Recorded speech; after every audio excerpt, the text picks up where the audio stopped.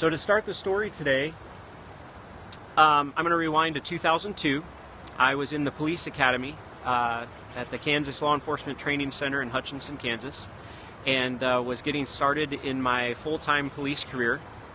And it was a dream come true for me. That was something that I'd always wanted to do. And so I'm at the police academy, and we had 14 weeks at the academy, and so about halfway through came my favorite part of the police academy, which I didn't know that it would be my favorite part, but during the training I discovered that it was, and that was driver training.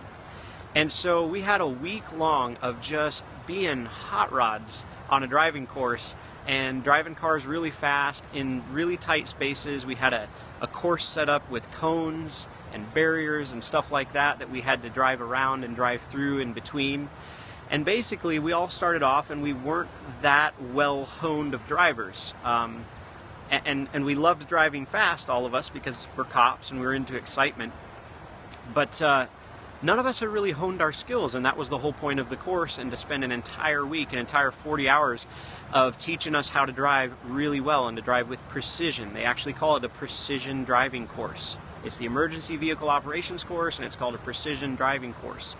And during that week, I discovered that that was really my passion within the law enforcement career, was that I wanted to be the best driver, and I wanted to teach others how to drive really fast and really safe. And so during that week, it's interesting because we started the week, and all of us were we were hitting cones, the cars were spinning out of control, we'd be doing 360s and lose control. That's how we started.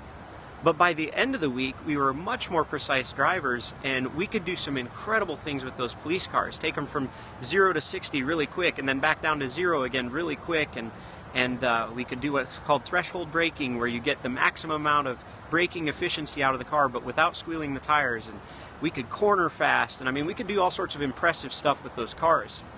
And I decided, man, this is what I want to teach.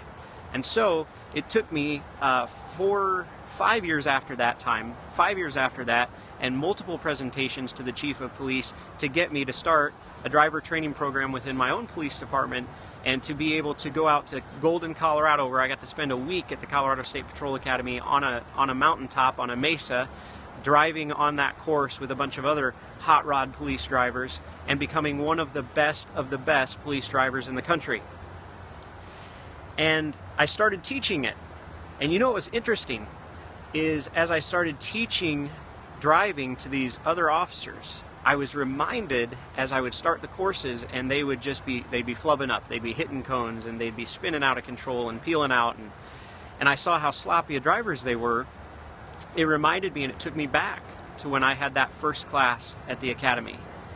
But it was interesting because now I could drive that car through that course and maneuver it through that course effortlessly as I talked and demonstrated the principles that I was teaching these guys and girls. And it was amazing to me how just over a few years, and over continuing to educate myself and stay current on those skills, and then beginning to teach those skills to others, how it became an effortless thing to me. It was no longer work to keep the car in between the cones. I didn't have to think about or do any guesswork when it came to threshold braking or cornering just right. And it was just effortless. So here's the moral of the story, and this applies to your business, this applies to your life, this applies to everything that you do. As you learn, and as you continue to fill yourself with new knowledge, and you apply the new skills that you learn, as you do that, and you begin to teach, if you teach what you learn, it becomes more a part of you. So this is what I'm going to tell you to do.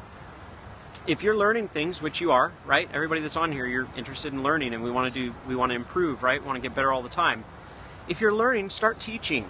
Start teaching what you're learning. So if you have a business, start teaching your business team what you're learning.